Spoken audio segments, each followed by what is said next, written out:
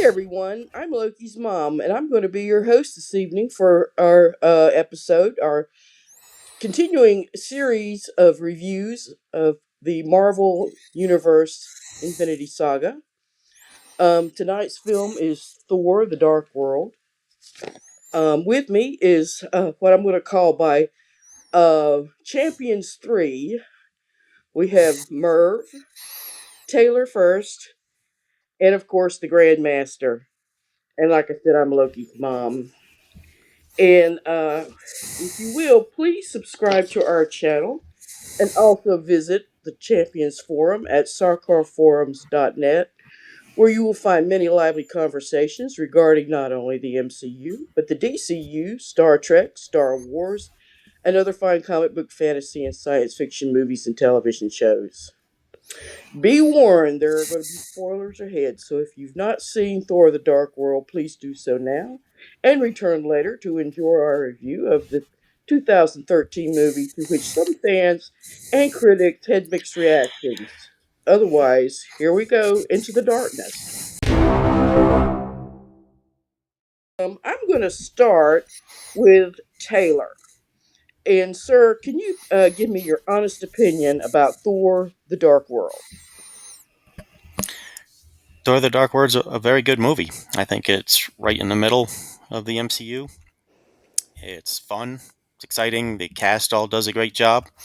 So I really have very few complaints about it. I think it's a really good movie. Okay. Well, did you feel like it was better or worse than Iron Man 3? I spoiler alert, I rank them equally on a scale of 1 to 10, but I would say I actually think Thor: The Dark World is slightly better than Okay. Iron Man 3 for me. Okay. All right. Well, that's fair enough. How about you, Merv? Do you have the same opinion? I thought yes. For one, I really like Thor: The Dark World. I think it's a really good movie that improves upon the first Thor movie in every single way. That everything I didn't like about the first Thor, I liked about Thor: Dark World. I thought they fixed a lot of problems for me. Secondly, as far as Phase 2 goes, I thought Iron Man 3 was at the bottom. So I thought Thor: The Dark World was definitely better as far as a viewing experience, in even on a rewatch, a decade later or whatever. So yeah, I have a lot of like and love for Thor: The Dark World. Okay. Well, great. And how about you, Grandmaster? Um, Are you going to be of a fine opinion also? I like Thor: The Dark World a lot. Um, is it the best Thor movie? No. Is it the worst Thor movie? Also no. And in comparison to Iron Man 3, I think personally I like Iron Man 3 a little bit better. But it's not by much. And I would definitely put Thor: The Dark World on par with that movie. Okay. Well, the critics really, and I've also the fans really didn't care for it that much, or let's put it that way, had mixed reviews. I know at the time, I think it was voted or considered the worst, if you want to use that word. I didn't think it was that bad of a movie, but I also didn't think it had the same quality as the other films. One thing that the movie did go into a lot was into the Norse, or what their version of the Norse mythology of the nine realms. Did any of you guys find that confusing, or were you able to follow along with that okay, and know what they were talking about when, particularly the first viewing, when you really, after you see a movie once or twice, sometimes a lot of the confusing things begin to clear up. But how was it for you guys? Anybody, you can just jump in. For me, I never was confused by Thor: The Dark World. I must admit, I first saw the film on a very small screen in an airplane. Later, I corrected that, of course, and watched it on my, quite big TV. And no, I thought the movie was clear for me. I understand the references they have in the movie for in Norse mythology and stuff like that. And no, to me it was totally not confusing at all. Actually, Okay, well that's fine. There was really, I thought, a lot of or let's put it this way: the cast from the Thor movies did return, for the most part, but there was a few change ups, and I know Taylor's really into the cast and everything and all the stats about the movies. Can maybe you can explain what was the change up as far as the casting goes? Off the top of my head, the only change I can think of is uh, Fandrel from the Warriors 3. He was played by in the first movie. Can't remember the guy's full name. I believe it's Dallas.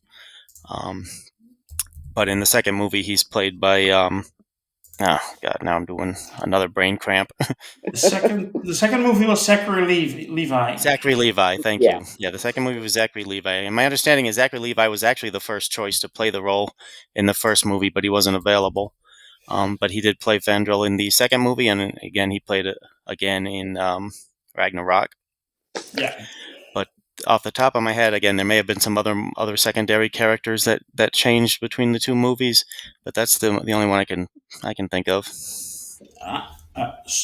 Josh Dallas. It Josh was. Dallas. Yeah. Josh Yes. Dallas. Okay, yeah, I knew that Zachary Levi had replaced, but honestly, I did not realize that until the movie had later. I thought that the same actor was in both movies.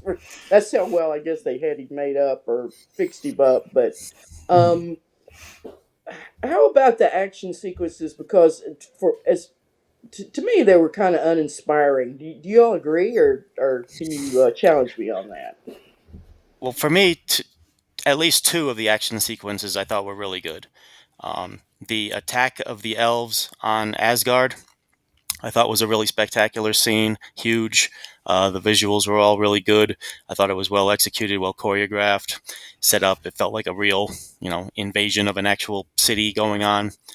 I thought that one was really good, and I also thought the final one with the fighting going on the dark world and on Earth, and the portals being used and things happening, in different places at the same time, and people being transported different places. I thought that was all executed really well and was really a fun watch. So at least those two action scenes worked well for me. Yeah, I agree, Taylor. I also thought those two scenes were particularly good. I don't know, and I also actually like the first action scene on the planet where Thor destroys, Korg's brother, I guess. It was also fun, it's exactly how you expect a Norse god to deal with like a big lump of rocks, if you know what I mean. Okay. This film was directed by Alan Taylor, and I'm going to ask this question, hoping that you guys are familiar with the Game of Thrones, or at least one or two of you are. It was originally, I think, the plan was that it was going to be more of a Game of Thrones like movie, but then it wound up getting re-edited much later, and then I think they maybe had to reshoot some scenes. Do you think the movie would have been better or worse had they decided to go that route and make it less like what we expected MCU and something much darker? But to fit the dark world, I guess would be right. But anyway, what do you think about that, Merv? Yeah, I'm not. I have trouble even picturing like an MCU kid-friendly film that is also on the level of anything Game of Thrones related. Just because, in order for it to be that, it has to be so serious and so mature that that it's even comparable. Unless they just wanted to go like super heavy in the political scheme of things, which I don't think. I think that would have nailed the Yeah. coffin shut on Thor even more than the Dark World actually did Well, for a lot of people. 2013 was a different. a different Yeah. world, different nation, and everything. But yeah, I can see where you're going with that. What do you think, Taylor? Would you have liked to have seen more of a Game of Thrones like movie, or are you satisfied with how the Dark World turned out? Yeah, I'm satisfied with how it turned out. I don't. First of all, I don't think you can do a Game of Thrones in a movie. Game of Thrones is a long running serialized Mm-hmm. story Mm-hmm. with many different moving parts and many different aspects, and told from many different points of view and angles. So I don't think you can do that in a movie. In addition to the adult nature of it Mm-hmm. not fitting in the MCU, being more of a general audience uh, franchise.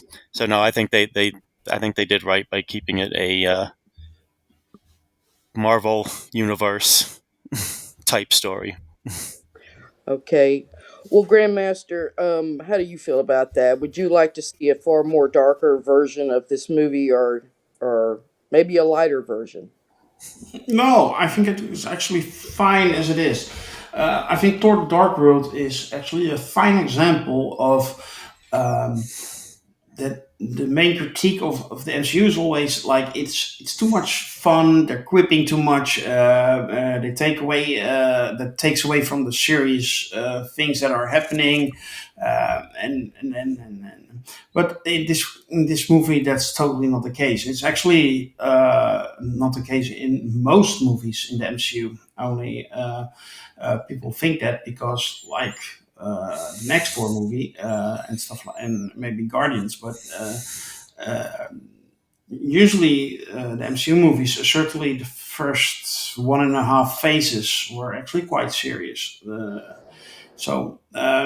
I think Thor: The Dark World is overrated or underrated. It depends on how you which word you want to use. We were talking about this before, and I said, the fandom nowadays is like it's either the best thing ever or it's the worst thing ever, and Thor: The Dark World falls in that latter category for a lot of people. I disagree with that, and I'm glad to hear my fellow champions also disagree with it. I think it has some of the best character work when it comes to the relationship between Thor and Loki. Mm-hmm.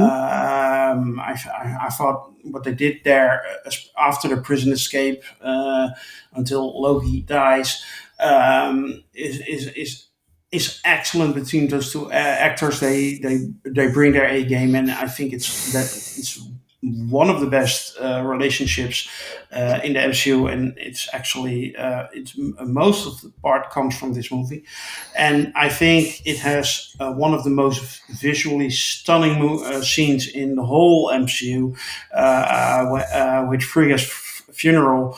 I think that scene when I saw that on the big screen in my on my TV, I was like blown away on how beautiful it looked and how emotional it actually was. And for that, I will never, ever, ever say that The Dark World is one of the worst MCU movies because it just isn't. Okay. It's maybe not the most fun movie to watch, but it is definitely a good movie. Okay, and that brings us to Loki, played by Tom Hiddleston. Some of the reviews that I read off Rotten Tomatoes, and it got a 63%, I believe, for as far as the um, review. No, actually, it may have been a little bit more than that. But as far as the professional film critics and whatnot, that's where it wound up. A little less than what the first Thor movie was, but uh, they did say that one of the highlights was Tom Hiddleston's acting. Um, I agree. I think he's again. Every time he's on screen, you can't take your eyes off of him. He's just that type of an actor. But what about Chris Hemsworth? Sometimes he doesn't get the love as far as his acting goes. Do you think that as far as his level of acting and his abilities and what he's doing with the character up to the point of this movie, um, do you think he's on par with Hiddleston and with also Tom Eccleston, who played Malekith, the Dark Elf? leader. He's also another of that British acting school where we had Anthony Hopkins also joining in. And do you think any of you guys would just jump in, if you will, and let me know how you feel about Chris Hemsworth's particular outing in this film, but also his overall approach to his character? Just anybody. Yeah, I think I thought he stood out as really good in this. In particular, early on, whenever he's conflicted about the situation with Jane, and like Lady Sif is there, and there's that Hmm. whole pressure.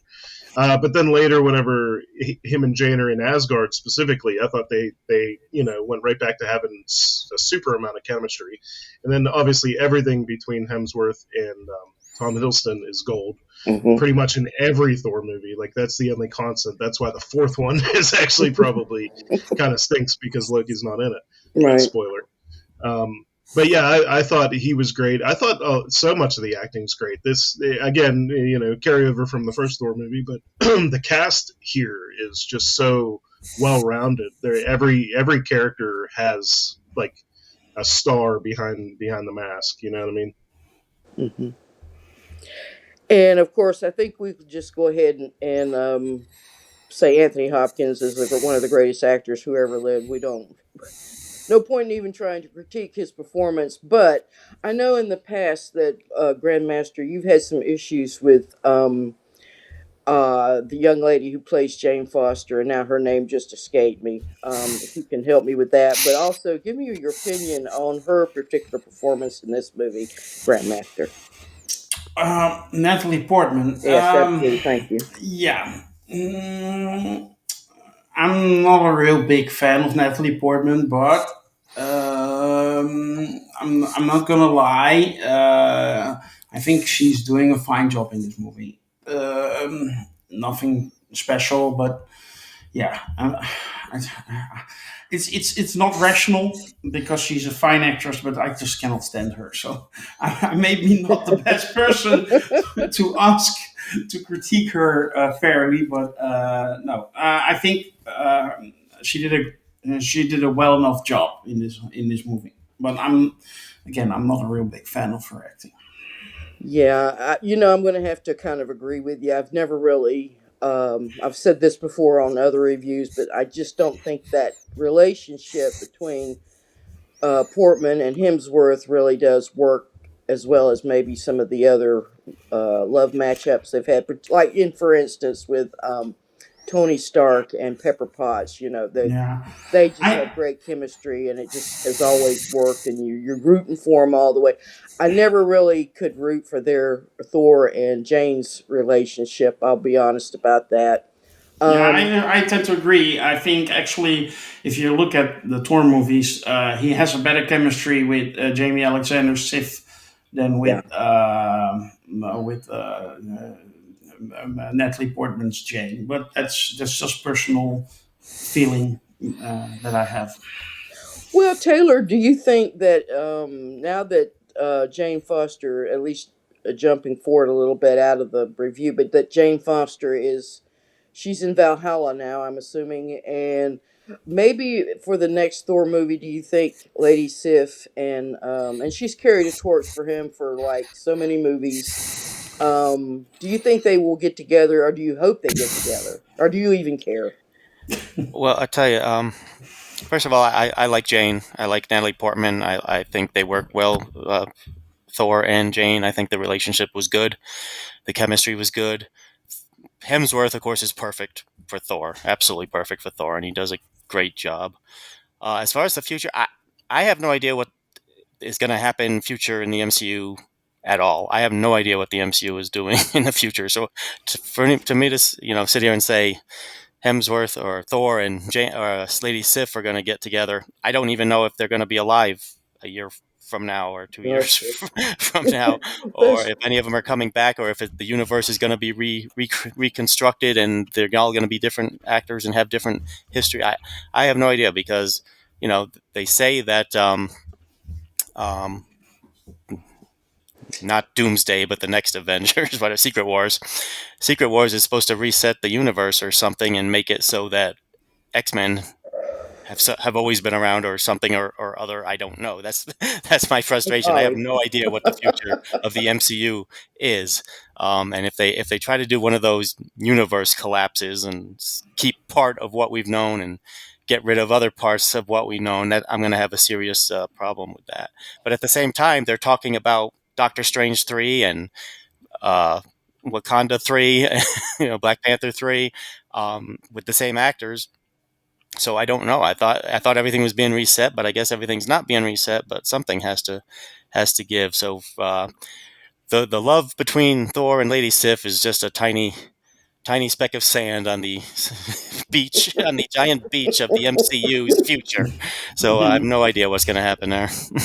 Yeah. Well, that's fair enough assessment. Yeah, it's hard to think what's going to come up with the next movies, and if we think too much on it, it'll just we could lose interest in it as far as I'm concerned. So I'm just patiently waiting on the next thing and not trying to think too much about it.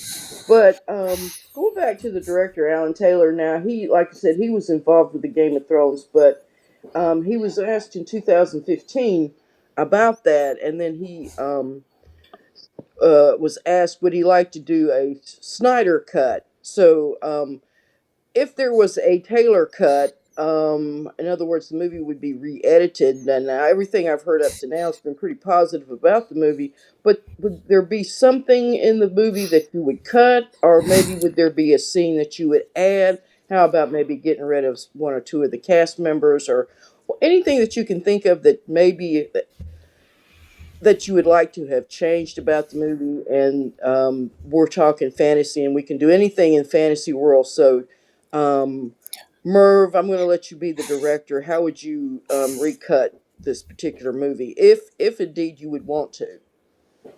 Well, here's where I'd start. I found it. I did find it for to point out one little flaw that I had. It was a little bit jarring. The jump from Asgard to back to Earth. It's fine in the beginning whenever we're kind of doing both of them, but then we spend like 40 minutes or something in Asgard with, Thor and Jane and Frigga's funeral and all that stuff. Mm-hmm. And then we cut back to Darcy, who's just like, I don't even know what to do anymore, which is funny. But it's also like there's a string of scenes there that like are kind of irrelevant. So I would take Selwig out of the mental hospital, even though it was funny, even though it added a Stanley cameo and all that stuff. And I would just have them be together at the beginning, right before she gets teleported away with Thor. And in that way, you don't have like these extra scenes, because it felt like it wasn't overly long, but there was probably about 10 to 20 minutes you could cut. And if I'm going to cut anything, it's going to be just a couple of those scenes where like she goes to the mental hospital to get Selwig and that sort of stuff. That just it just gets those characters to a point where they can show up in the finale, which you could just do that anyway by just having everyone be okay. Like, so that would be where it was. And I wouldn't want to lose any of Darcy's great comedy though, because I think Darcy shined in this movie. I think Darcy in this movie is one of the funniest MCU characters to me. Like this is comedy gold for the MCU. So yeah, I wouldn't want to lose Darcy at any, but those scenes with Selwig in the mental hospital just jumpstart him right into the storyline as a normal person. Okay, yeah. Um, yeah, I found it to be a little bit. There were like places where it just fell.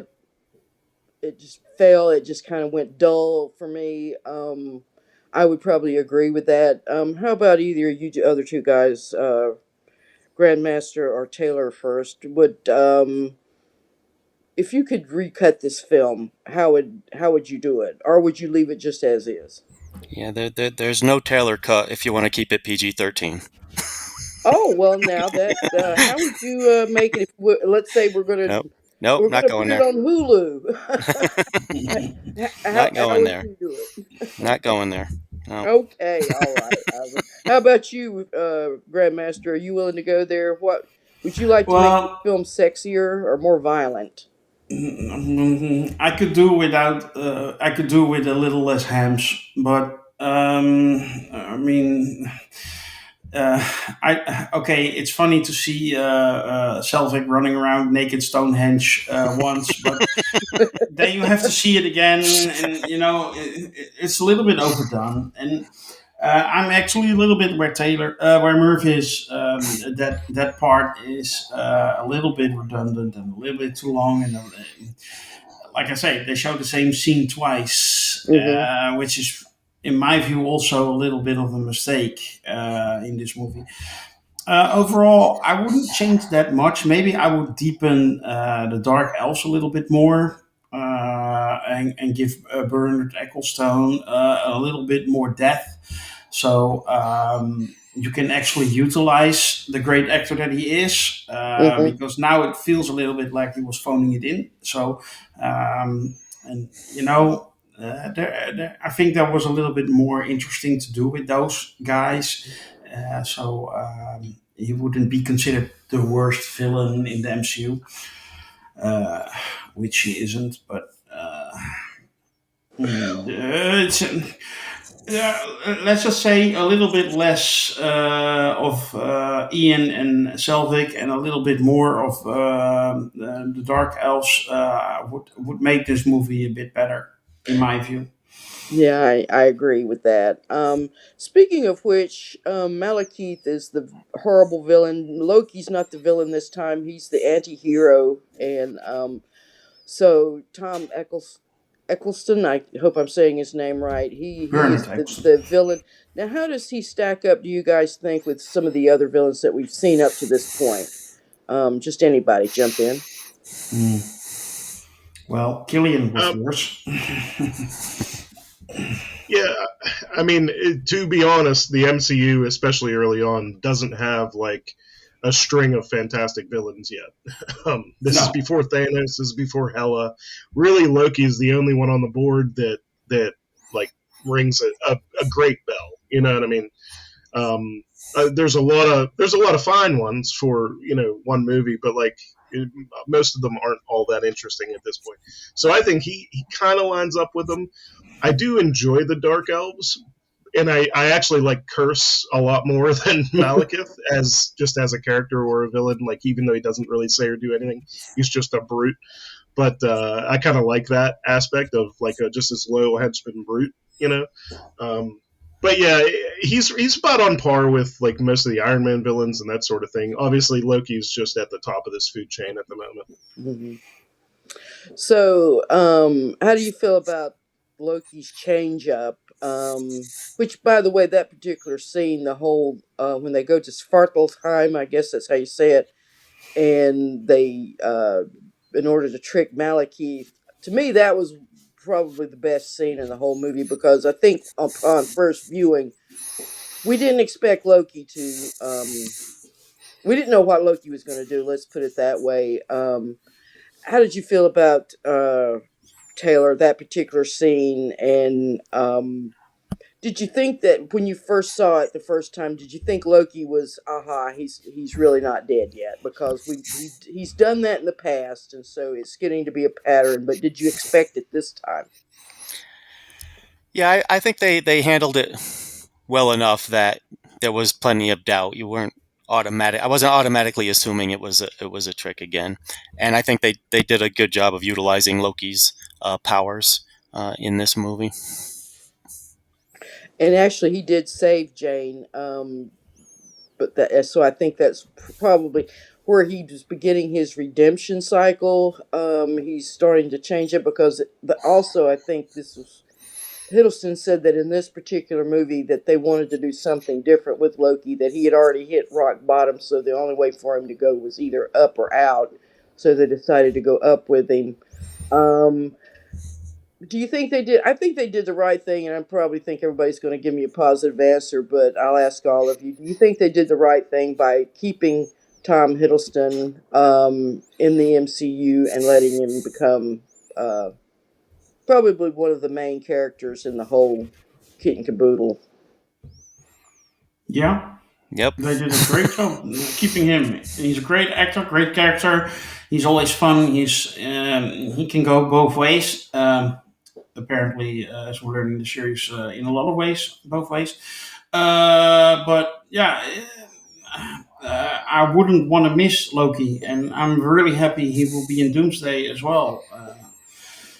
And I Yeah, cannot because wait for that. there was some ambiguity at the end of his second TV show that whether he would be coming back at all, but it does seem like apparently he will be coming back again. Um, how do you feel about or let's just go back and do anybody who wants to do a just an extra deep dive into it, or any insights that between watching the movie the first time and seeing it the second or third time, that you would like to share with us, and any of you guys can jump in. Sure. Um, just one real quick thing about Loki. I don't know if I had noticed this before or felt this way before, but his moment of like whenever it turns, because Frigga's death essentially is the catalyst. Mm-hmm. But naturally, he feels. I got the vibe that he feels partly responsible in the same way like Peter Parker feels responsible for Uncle Ben. Like obviously they're very different characters, but I was getting that vibe this time through where like he tells him which way to go, and then going that way leads him eventually to Frigga, who he kills. And it's like if he would have not done that, I can't help but wonder, how much. Obviously, there's a ton of guilt. They show that, but like I feel like that was like a really interesting. Oh, this is kind of like that's what it reminded me of was the Peter Parker moment. Okay. And the only thing I mentioned it before we started, but the thing that I just for whatever reason never noticed in this movie that I noticed this time and really actually quite enjoyed was the initial end credit sequence, the artwork for it or whatever. It's like the character pictures, but it's like almost paintbrush, like black and white mostly. Like it looked really nice, and I just thought, no, that's good. I never really noticed this before, but that's just a nice touch as they push you out the door. Well, yeah, I would agree with that. But overall, what was one of the insights that maybe you found that was maybe on your second viewing, Taylor, that impressed you? Yeah, I really can't say because I've seen it multiple times now, so I don't really remember if I had any specific impressions on my second watch. I don't think it's one of those movies that gets worse as you go on. I think if anything, it gets better Hmm. as I watch it. Yeah. Absolutely. And Grandmaster, how about you? Were there could you maybe something that you found out this time that you didn't know before, or that you appreciate now that you didn't catch the first time? I'm a little bit with Taylor here. I didn't rewatch it actually for this review because I've seen it like so many times. I know it from the top of my head. But I do appreciate this movie every time a little bit more after I've seen it. And I must admit, in the beginning when I first saw it, I was like, okay, nice scene with the funeral, and I get what they were doing, but slowly I started to appreciate it a little bit more every time I saw it, and it's actually one of my favorite movies in Phase Two to watch at the moment. So and I think it's a good movie and entertaining, and um, I can't specifically pinpoint a thing that I would say, oh, I notice this now, and it makes the movie so much greater for me. If anything, it would be like I said before, the dynamic between Hemsworth and Hiddleston in this movie, which is awesome, and I appreciate that a lot more than I did in the beginning, I guess. But that's basically it. Maybe Murph has an addition. Yeah, and I guess I'll pose this as a question, but and maybe we'll just I'll answer my own question by watching Ragnarok again. But the opening intro that takes place, where essentially the Dark Elves are defeated by Odin's father, Bors, I think was his name. Hmm. Um, does that jive with Hela and Odin and that whole that whole history there? I assume that took place after because Odin isn't in charge, but like for some reason in my head, I was like, well, that all took place during the creation of the Nine Realms or during the domestication of the Nine Realms or something like that. It all gets a little blurry in my memory bank, but I was curious if anybody knew the answer outright yet, or if I just need to watch Thor Ragnarok now.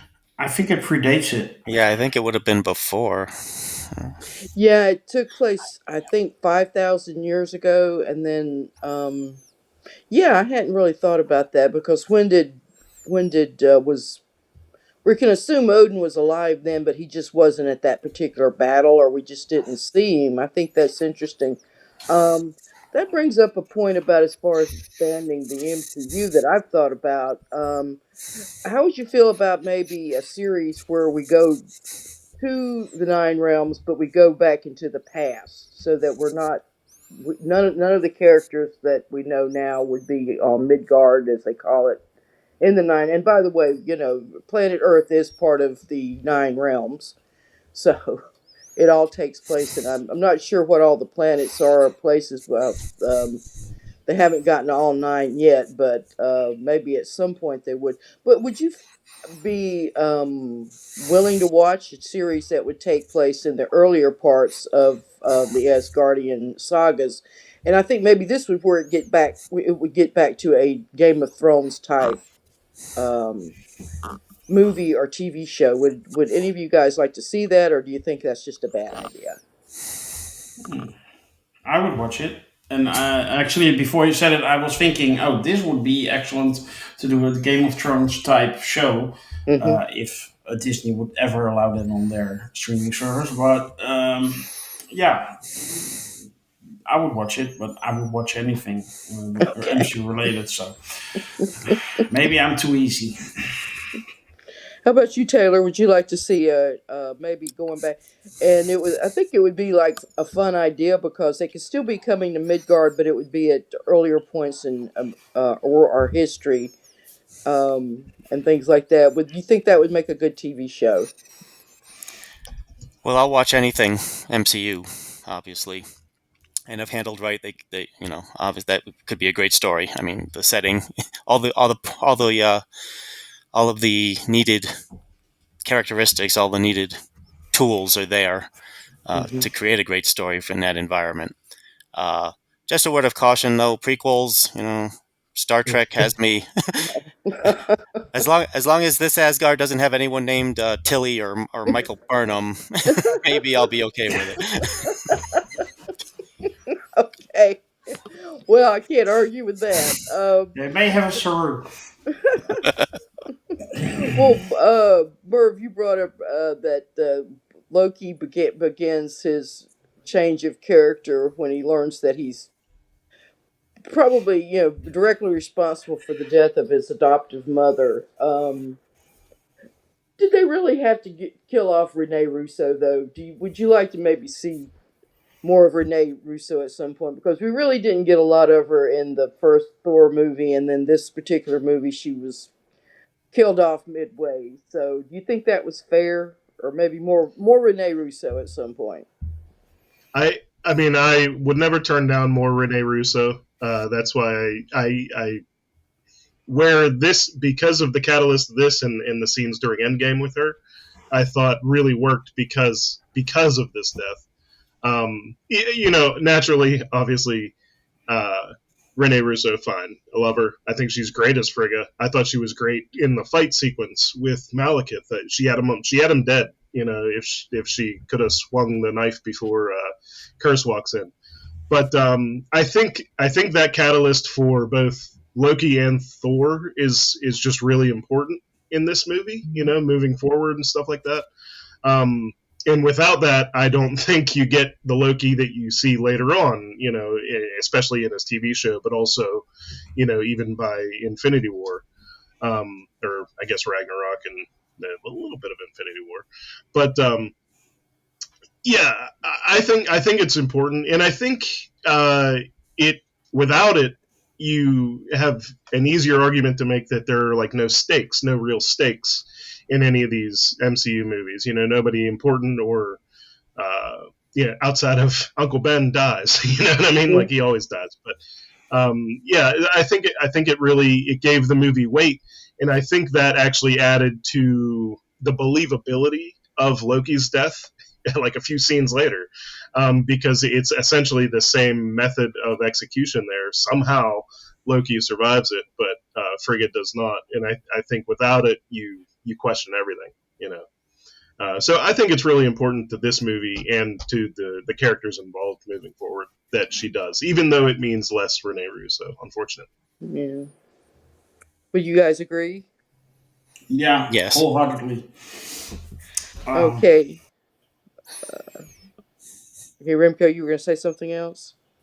well, yeah, I mean, it's like Murph said. Sometimes a character's death is important, also for Thor's development up until Endgame, uh, because this guy gets traumatized over the course of the phase 2 and 3, and then that brings that finale for him in the Infinity Saga also makes it make sense, and makes it, give him, you feel for him, because he lost literally everything. And Mm-hmm. yeah, that starts here, and it's I think it's an important part of the Infinity Saga, Thor's trauma. And yeah, I wouldn't want to do without that. Okay. And finally, I'm going to ask a question about the Allfather himself. I really found him to be quite the jerk in this movie, which was surprised me because you would think he's supposed to be the god of gods, the chief of over all the nine realms, and yet you really begin to see that he's failing. Just well, if you can call him a god, but as a person, he's really starting to fail and doubt, and things are going bad for. And I think this is why Thor decides to rebel and break the law, as it were, and go against Odin. Which at the end, Odin forgives him, but then we realize that that's not really Odin; that's Loki. That's forgiving him for betraying him. Well, how do you feel about Anthony Hopkins' performance in this particular movie, and his maybe also his previous outings? Do you um, should they have let him become as weak as he is, and or was that the right way to go with the plot? How do you feel about that, Taylor? Well, Anthony Hopkins' performance is always spectacular. Hmm. In everything I've ever seen him in, he's terrific. Um, and as far as the characterization of Odin, it was it was essential to the story. It was the plot. So Hmm. I think it led up to things after this movie, and it motivated things in this movie. So I think it was what it needed to be. Okay, fair enough. And finally, we'll go into our ratings.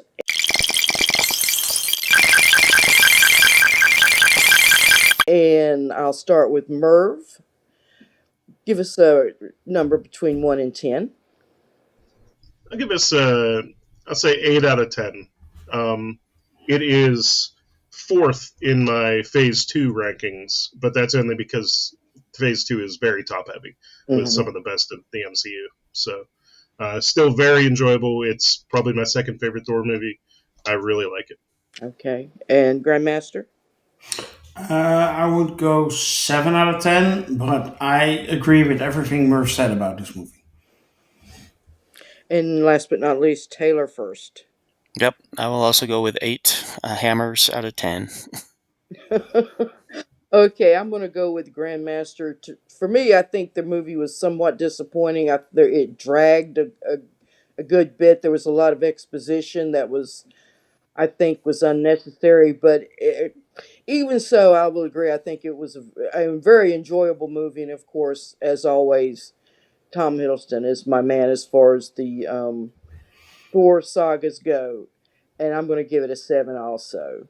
So, friends, that concludes our tonight's review of Thor: The Dark World. I hope you enjoy listening to us, and please, as a reminder, like and subscribe our channel. And if you would like to go on to Free Sarkar freeforums.net. You can join the champions of the universe and also become a Warrior 3 or a Warrior 5 or a Warrior 10, however you want to call it. And leave your comments and join the conversation. And you too can be a champion. And we'll say goodnight.